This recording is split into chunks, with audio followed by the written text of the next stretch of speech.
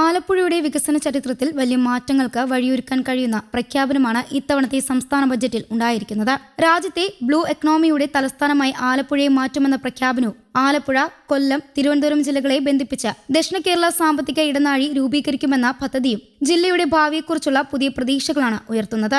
ഈ പദ്ധതിയുടെ പ്രാഥമിക നടപടികൾക്കായി 3 ജില്ലകൾക്കും ചേർന്ന് 50 കോടി രൂപ സർക്കാർ വകയിരുത്തിയിട്ടുണ്ട്. വർഷങ്ങളായി കൃഷിയും മത്സ്യബന്ധനവുമാണ് ആലപ്പുഴയിലെ ജനങ്ങളുടെ പ്രധാന ജീവനോപാധി. എന്നാൽ വ്യാവസായിക രംഗത്ത് വലിയ മുന്നേറ്റങ്ങൾ കൈവരിക്കാൻ ജില്ലയ്ക്ക് ഇതുവരെ കഴിഞ്ഞിരുന്നില്ല.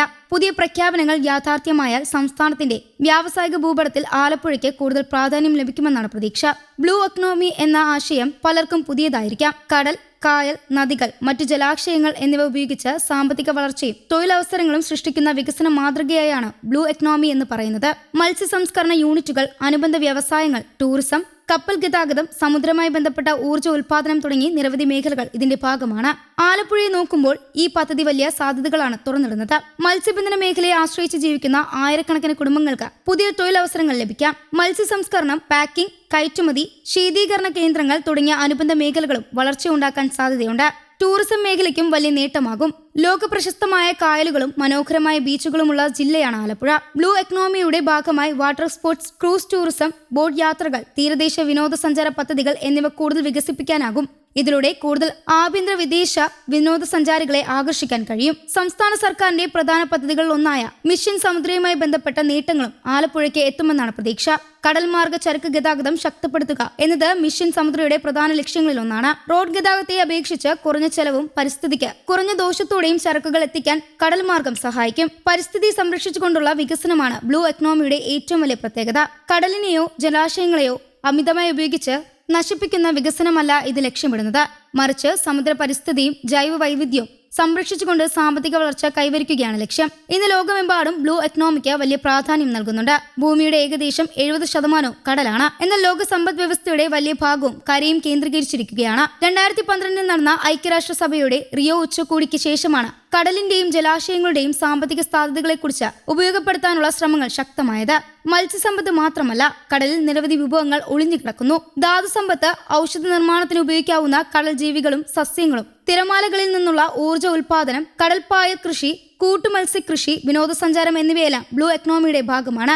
കേരളത്തിന് ഏകദേശം 590 കിലോമീറ്റർ നീളമുള്ള കടൽ തീരമുണ്ട്. ആയതിനാൽ ബ്ലൂ എക്കണോമി വിജയകരമായി നടപ്പാക്കിയാൽ സംസ്ഥാനത്തെ സമ്പദ് വ്യവസ്ഥയ്ക്ക് വലിയ കരുത്താകാൻ കഴിയും. തൊഴിലവസരങ്ങൾ വർദ്ധിക്കാനും യുവാക്കൾക്ക് പുതിയ സാധ്യതകൾ തുറക്കാനും ഇത് സഹായിക്കും. ആലപ്പുഴയ്ക്ക് ഈ മേഖലയിൽ പ്രത്യേക മുൻതൂക്കമുണ്ട്. ഏകദേശം 82 കിലോമീറ്റർ നീളമുള്ള കടൽ തീരവും വിശാലമായ കായൽ ശൃംഖലയും ജില്ലയുടെ പ്രധാന ശക്തിയാണ്. കടലും കായലും തമ്മിലുള്ള ഈ ബന്ധം മത്സ്യബന്ധനം വർദ്ധിപ്പിക്കുന്നതിലും വലിയ പങ്ക് വഹിക്കുന്നു. വിദഗ്ധരുടെ അഭിപ്രായത്തിൽ കായലുകൾ കടൽ മത്സ്യങ്ങളുടെ വളർച്ചയ്ക്ക് സഹായിക്കുന്ന പ്രധാന പ്രദേശങ്ങളാണ്. അതുകൊണ്ട് തന്നെ കടലിനെയും കായലിനെയും ശരിയായ രീതിയിൽ ഉപയോഗിച്ചാൽ മത്സ്യ ഉൽപാദനം വർദ്ധിപ്പിക്കാനും ഭക്ഷ്യസുരക്ഷ ഉറപ്പാക്കാനും കഴിയും. സംസ്ഥാനത്ത് മത്സ്യത്തൊഴിലാളികളുടെ എണ്ണത്തിൽ മുൻനിരയിലുള്ള ജില്ലകളിൽ ഒന്നാണ് ആലപ്പുഴ.